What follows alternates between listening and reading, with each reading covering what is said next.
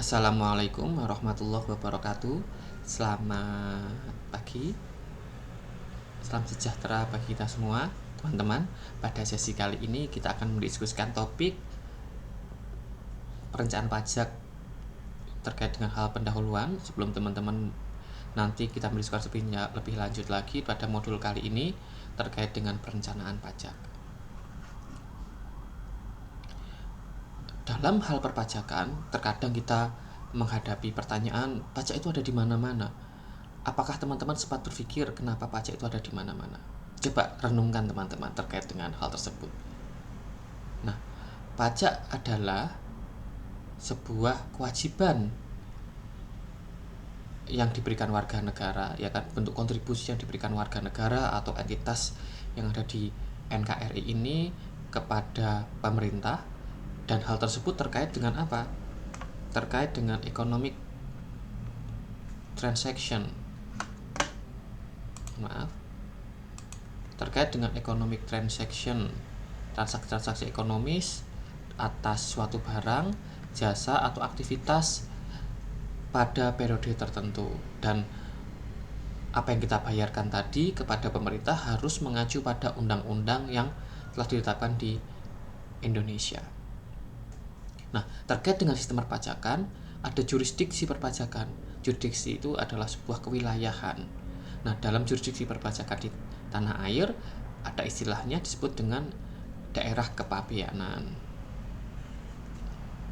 Nah, ini adalah video, ini adalah gambar terkait daerah kepabeanan di tanah air. Ada wilayah-wilayah NKRI, kepulauan dari Sabang sampai Merauke, dari Myangas sampai Pulau Rote di bawah sana. Nah, di sana ada juga ZEE, zona ekonomi eksklusif Indonesia dengan negara-negara lain. Nah, dari kewilayahan ini, NKRI ini maka adalah daerah kepabeanan perpajakan tanah air. Nah, untuk apa teman-teman bertujuan untuk merencanakan pajak? Paham teman-teman perlu sadari bahwa pajak merupakan salah satu komponen yang paling penting, terkadang sangat penting sekali bagi aktivitas bisnis di sebuah perusahaan. Dan menurut Kak Ryan and Swenson, perpajakan itu menjadi salah satu aspek yang penting juga untuk merencanakan menstrukturisasi transaksi-transaksi bisnis. Dan terkadang menurut Harnanto, pembayar pajak atau grup dari pembayar pajak itu mengintegrasikan aktivitas mereka agar aktivitasnya dapat cost efektif dan efisien. Dalam terminologi keuangan, kita tahu pajak itu berpengaruh pengenaan dasar pajak itu berawal dari perhitungan laba bersih, dan biaya yang dikeluarkan oleh perusahaan dari cost structure tadi, biaya dalam penghitungan cost of goods sold dan biaya-biaya yang lain juga berpengaruh terhadap besaran pajak yang akan kita terima pada saat yang akan kita bayarkan pada periode waktu tertentu. Nah, ada 3 terminologi teman-teman terkait dengan sistem perpajakan. Yang pertama adalah tax avoidance, yaitu proses mengelola perpajakan atau memanage pajak kita sesuai dengan peraturan undang-undang yang berlaku. Kalau tax evasion itu adalah proses pengelolaan perpajakan dengan melanggar undang-undang. Kalau tax saving adalah model menyimpan nilai-nilai perpajakannya.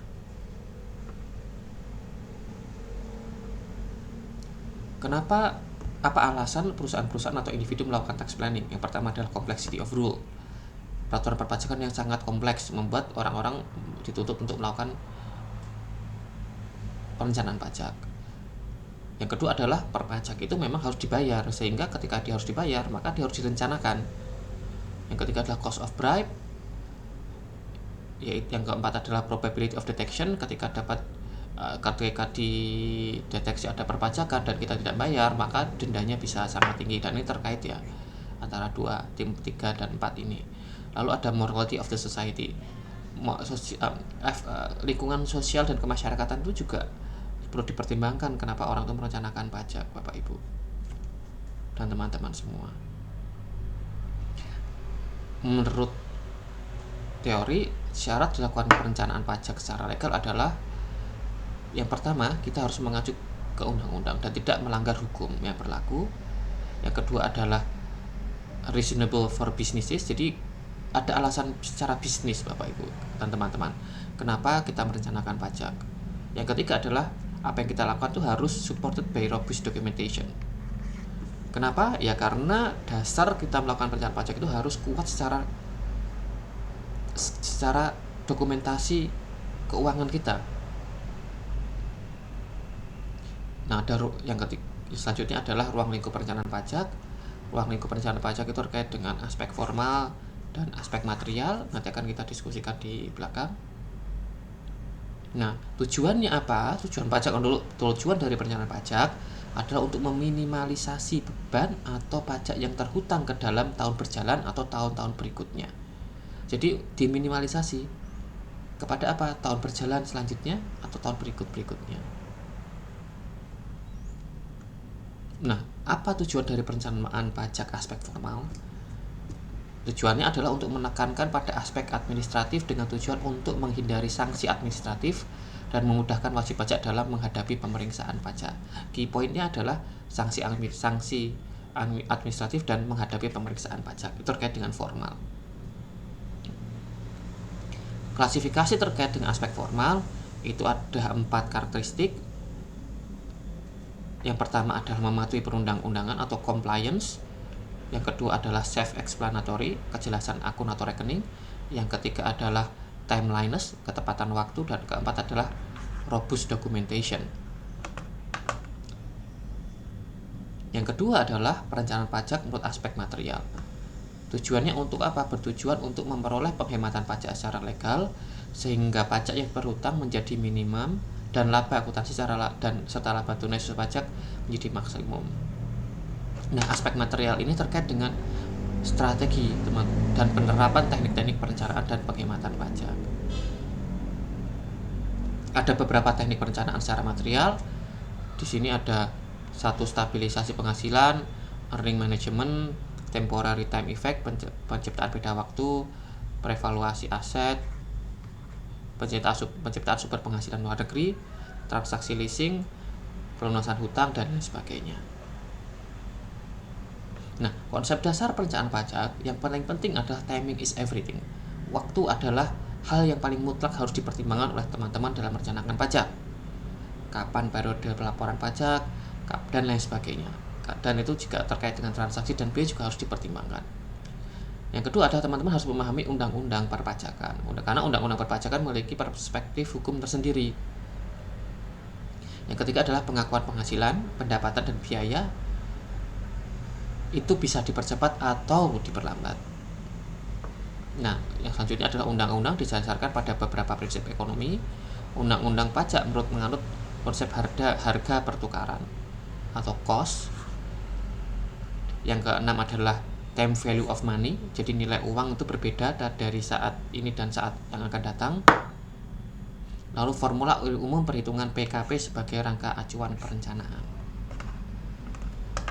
Langkah-langkah yang dilakukan itu bisa tax shifting, forward shifting, atau backward shifting. Forward shifting itu merubah komponen nilai-nilai biaya atau pendapatan ke depan. Backward shifting itu merubah ke belakang.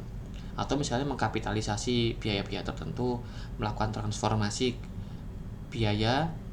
Yang keempat adalah tax evasion, ini tidak dapat dilakukan dan cenderung akan berbahaya.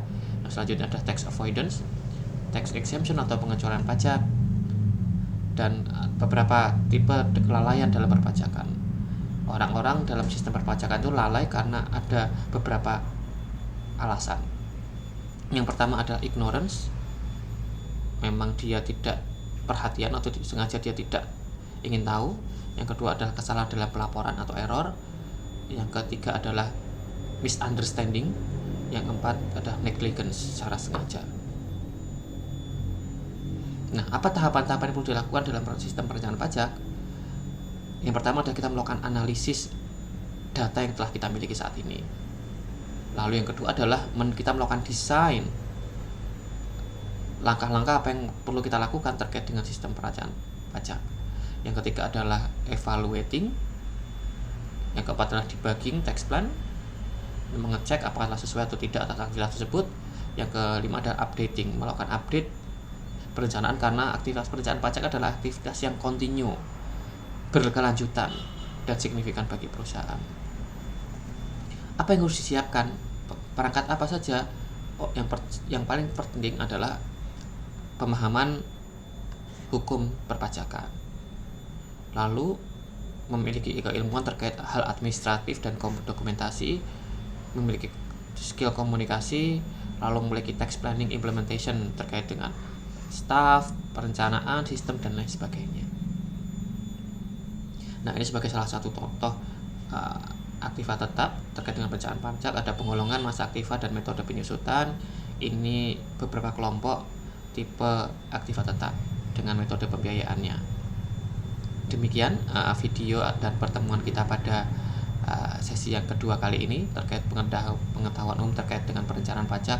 Saya harap teman-teman bisa memahami. Terima kasih. Assalamualaikum warahmatullahi wabarakatuh.